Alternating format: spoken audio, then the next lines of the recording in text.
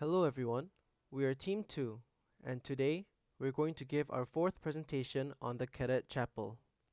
Before starting, we'll be discussing the revised plan for our presentation. We have decided that to gain and convey a better understanding of the story behind the construction process, we need to follow the actual sequence in which the construction was carried out. Consequently, our project will be divided into four distinct phases: the design phase, groundwork phase, structural phase, and renovation phase. Each of us will take the role of a manager for each phase. Although there are areas that could be improved, we will not go into the supplementary explanations about the design phase due to time constraints. We will continue the discussion on trusses, folding, and flying buttresses during the structure construction phase. Moving on to today's focus, let's step into the groundwork phase. The experiment and construction of the foundation was conducted by Robert E. McKee, Incorporated, an American construction contractor. From this moment, let's think of us as the responsibility for the foundation of USAFA, who belongs to the construction company. Geography. Following numerous surveys and engineering studies, the Secretary announced the selection of an 18,471-acre site north of Colorado Springs in June 1954. They found a huge amount of land to construct their Air Force Academy, but it doesn't mean that buildings can be built there immediately. Based on the geologic studies, the groundwork that is the basis of the construction should be carried out first. That's what we're going to do from now on. Let's take a look at the geography. The USAFA, positioned about 11 miles north of Colorado Springs, Colorado, includes 28 square miles of the Great Plains east of the Rampart Range, which is part of the Rocky Mountains.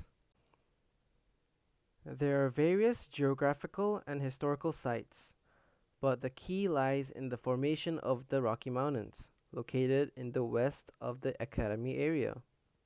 In the process of forming Rocky Mountains, a geological formulation called Dawson-Arkose was formed by mixing alluvial fan and fluvial deposits, and this Dawson-Arkose is the predominant bedrock of the area.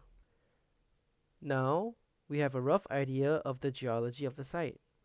With this base knowledge, we have to start field investigations of foundation conditions.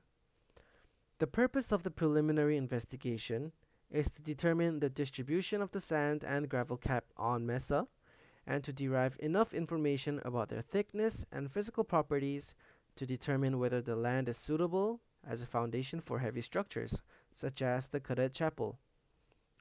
The first boring test on the Mesa consisted of 20 to 30 inches small diameter holes. Cuttings from these holes gave some information about the Douglas Mesa gravel, but differentiation of the pediment gravel from the underlying arkose was often difficult. Many were stopped by boulders, and only a very few entered recognizable Dawson-Arkose. After the first test, SOM determined the location of the building more exactly, which means we could enlarge the boring test. More than 60 holes, 45 centimeters or 60 centimeters in diameter, were drilled to investigate the areas. The large diameter auger could remove or pass by most of the smaller boulders, so some holes could be reached to the Dawson-Arkose. 3 of the 60 holes reached Dawson-Arkose and succeeded in getting information about it, but it still seemed a bit lacking. So 8 test pits were dug at various points on the Mesa, and some of them are up to 7 meters deep. The pits exposed enough of the pediment gravel to show the approximate proportion and distribution of the larger boulders, and some pits exposed Dawson-Arkose. Final field analysis. Many tests have been conducted based on soil testing. First of all, the longitudinal section of the pit was investigated to find out the slope of the building site. As the pit was located at the center line of the building site, from 7,220 feet to 7,130 feet east on the western edge, it could be seen that the slope was about 10% eastward. Also, Size analysis of soil gave information about the different sizes of stone and soil, which helped determine the location of the project, whether it's a suitable for a specific construction activity or structure, and also determine the type, size, and depth of the foundation. The test called SPT, short for Standard Penetration Test, was held. It could be useful for testing support as a foundation of soil, increasing the accuracy of the foundation design and the safety and stability of the structure. And lastly, plate bearing test made it possible for evaluating soil subsistence and stability under load, which led to predict soil performance, avoid excessive foundation design, and reduce construction costs. One of the tests gave information on the frictional angle and cohesion to the gravel.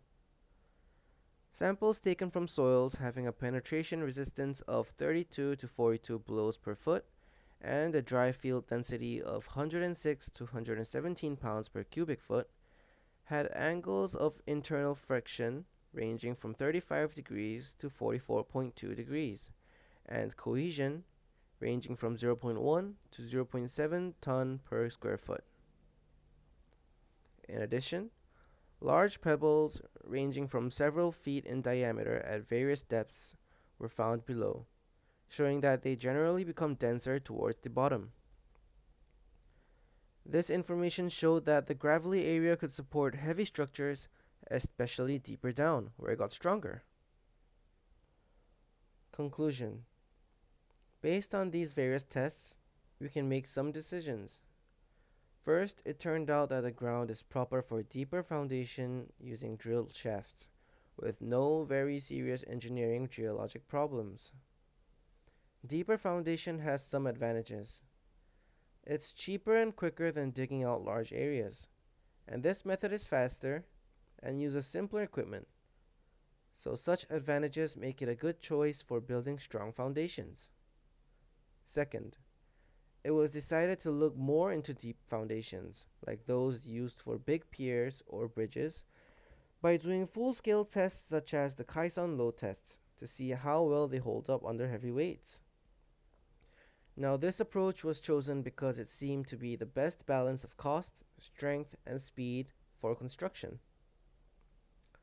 Third, the need for retaining walls to prevent soil from being pushed to the construction site had also emerged in order to build on a terrain with a 10% slope, and the above result values, especially the friction angle, were used as an important design factor in the design of the retaining wall. We have completed investigating the survey of the environment and foundation within the site through soil inspection, and as a result of various tests on these, we have found that the retaining wall and Kaison method were the key to talk about in the next time for future groundwork processes. We will explain how the retaining wall was designed and the Kaison processes, along with the drawings and example models handed over to the architect. Thank you for listening.